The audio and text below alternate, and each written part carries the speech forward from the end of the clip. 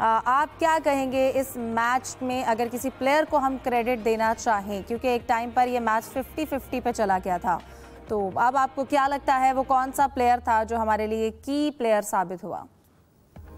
Roston Chase, क्योंकि उन्होंने जिस तरह एक मोमेंटम बना हुआ था वेस्ट इंडीज का, लेकिन उन्होंने हारिस का ओवर खेला और फिर इतनी उन्होंने स्लो बैटिंग की जिसकी वजह से मैच पूरा चेंज हो गया और उसके बाद पाकिस्तान के हक में चला गया मोमेंटम। और इंटरनेशनल क्रिकेट में पहली बार ऐसा हुआ है कि किसी प्लेयर को रिटायर कराया गया है, यानी ड्यूरिंग द बैटिंग उसको वापस बुलाया गया किसी फुल मेंबर कंट्री के मैच में। तो ये आपने मुझसे टर्निंग पॉइंट पूछा तो मैं आपको वो बता रहा हूँ कि किस तरह से वो बॉलिंग हमारे स्पिनर्स ने अच्छी की और पेसर्स एज यूजुअल महंगे साबित हुए, थोड़ा पहले से बेहतर कह सकते हैं लेकिन महंगे साबित हुए। स्पिनर्स का जाहिर है आज उन्होंने तहिया किया हुआ था शायद कि नवाज को जब भी खेलेंगे तो उनको शुरू से अटैक करेंगे तो शुरू में उनकी बॉलिंग पे थोड़ी रन भी बने, लेकिन ओवरऑल अगर हम देखें तो सुफियान की और नवाज की सीरीज में बहुत अच्छी परफॉर्मेंस रही। शाहीन को आज उन्होंने खिलाया नहीं, हसन ने निस्बतन बेहतर बॉलिंग की, लेकिन ये सारे हमारे पेसर महंगे साबित होते हैं। इस चीज को सोचना पड़ेगा, ये एक मसला है। और बैटिंग की अगर बात करें, जिन्होंने हमें मैच जितवाया वो हमारे जो ओपनर्स हैं, उन्होंने बड़ा अच्छा परफॉर्म किया, साहबजादा फरहान और उसके बाद साइम ने एक बहुत अच्छी इनिंग खेली और 3 मैचों में उन्होंने 250 बनाई। उससे पहले उनके गालिबन 25-30 मैच में सिर्फ एक ही 50 थी। तो अच्छा है अगर वो इसी कंसिस्टेंसी से खेलते रहे तो इसका पाकिस्तान टीम को फायदा होगा। स्कोर एक वक्त लग रहा था और ज्यादा करेगा पाकिस्तान, लेकिन ये भी स्कोर बेहतर हो गया था। और गो के वेस्ट इंडीज की टीम अपने आखिरी 20 मैचों में से शायद 3-4 मैच ही जीत सकी है और बिल्कुल नीचे आ चुकी है उनकी क्रिकेट, लेकिन उसके बावजूद फतह है और पाकिस्तान ने ये सीरीज जीती तो खुश आइंद है। और अब आगे एशिया कप से कबल हौसला बढ़ेगा। सलमान के ऊपर थोड़ा प्रेशर बिल्ड होता जा रहा है, मुझे डर है कहीं वो सरफराज अहमद ना बन जाए दूसरे, जिन्होंने टीम के लिए ज्यादा सोचा, अपनी परफॉर्मेंस पर तवज्जो नहीं दी। और जब तक टीम जीतती है तो रहता है, टीम हारने लगती है तो फिर कैप्टन के ऊपर ही सारा कुछ आता है। तो ओवरऑल एक अच्छी पाकिस्तान की फतह साबित हुई, लेकिन जो खामियां मैं बता दूं आपको जल्दी दूसरा, तो वो एक ये कि डेथ ओवर में बॉलिंग हमें इम्प्रूव करनी, इसके अलावा हमारे ऑलराउंडर्स बहुत ज्यादा खिला रहे हैं वो देखना होगा, और टीम सिलेक्शन को देखना होगा कि प्लेइंग 11 किस तरह से बना रहे हैं ये माइक हैसन, कोच की मुझे लगा, ये कैप्टन की मुझे लग रहा है इतनी चल नहीं रही। लेकिन फिलहाल चले जीत गए, तो अभी मैं ये शो खत्म हो तो यूसुफ अंजुम साहब से, ताहिर साहब से कहूँगा मिठाई मंगाएं, आपको भी खिलाएं, खुद भी खाएं। बिल्कुल, पाकिस्तान ने सीरीज़ जीत ली है जाहिद साहब, और ये एक अच्छी बात है, लेकिन हमने अपना दूसरा मैच जो था वो हार लिया था, इसलिए हमें ये मैच जीतना बहुत ज़रूरी था। आपको क्या लगता है क्यों हम क्लीन स्वीप का मौका भी खो देते हैं? और फिर अगर आज जो आखिरी मैच खेला गया इसमें आप क्या समझते हैं, पाकिस्तान ने कहाँ पर मज़ीद गुंजाइश है बेहतरी की? अगर क्रिकेट के या T20 के नुक्ता नज़र से देखा जाए तो तीनों मैच बहुत इंटरेस्टिंग हुए, क्योंकि तीनों मैच लॉर्डर हिल में थे जहां वर्ल्ड कप का भी पाकिस्तान ने एक मैच खेला था, और इसमें जो है तवक्को भी यही थी कि लो स्कोरिंग मैच होंगे, लेकिन आज ज़रा अच्छा स्कोर हो गया। और पहला मैच पाकिस्तान 14 रन से जीता, दूसरा आखिरी गेंद पर फैसला हुआ, जैसन होल्डर ने चौका लगाया, और फिर तीसरा आज जो है वो 13 रन से जीता। लेकिन तीनों मैच जो है तमाम तर T20 की दिलचस्पी लिए हुए थे।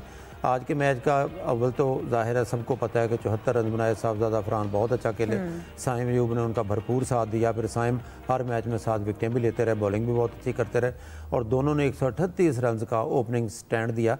तब लगता था पाकिस्तान शायद 200 भी क्रॉस कर जाएगा, लेकिन फिर भी अच्छा स्कोर था। जो कमेंटेटर्स वहाँ पे मौजूद थे, हम सुन रहे थे कि वो भी कह रहे थे 190 के करीब पाकिस्तान स्कोर करेगा, और इतना ही पाकिस्तान ने स्कोर किया।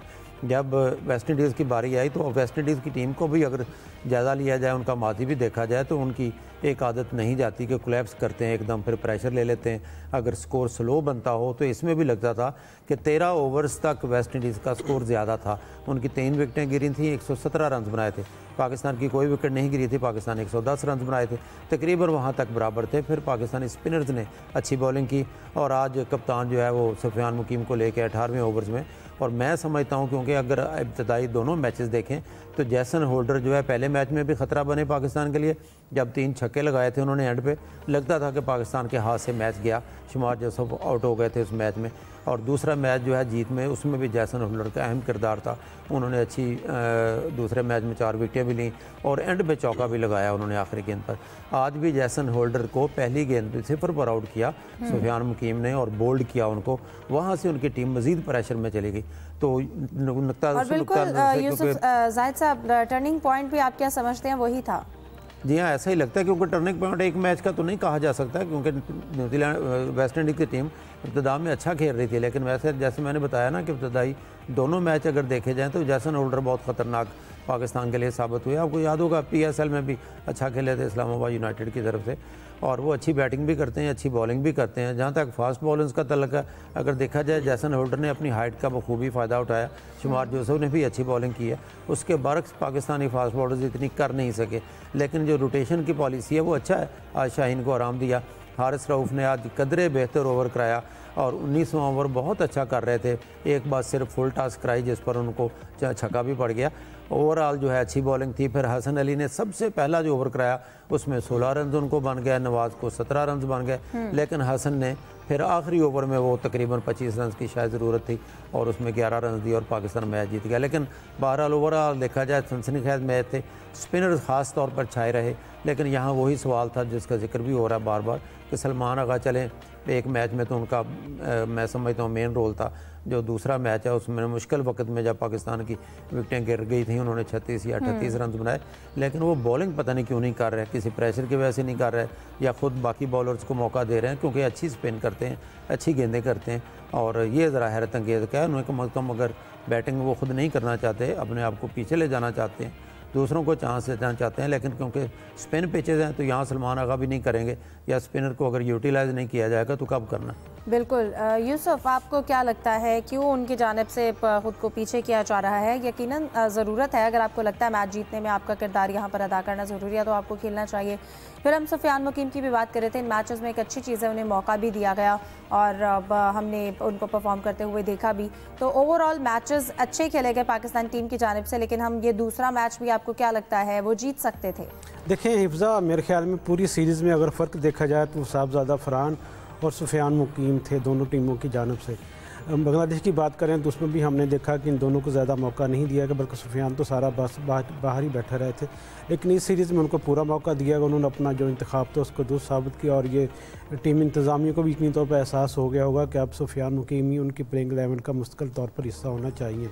यकीनी तौर पर ये एक सीरीज़ में कामयाबी पाकिस्तान के लिए खुशाइंद है। लेकिन इसमें आपने कहा कि सलमान आगा की जानिब से जो क्वेश्चन मार्क था कि वो बॉलिंग नहीं कर रहे थे, और कुछ तो लोग ये भी कहते हैं कि बतौर कप्तान भी वो कोई ज़्यादा इतनी अपनी परफॉर्मेंस के जगह नहीं बना पाए, क्योंकि आपको बैटिंग के साथ साथ अपनी बॉलिंग और फील्डिंग और ख़ास तौर पर कप्तान को अपने फैसलों से भी इस टीम को आगे लेके चलना होता है।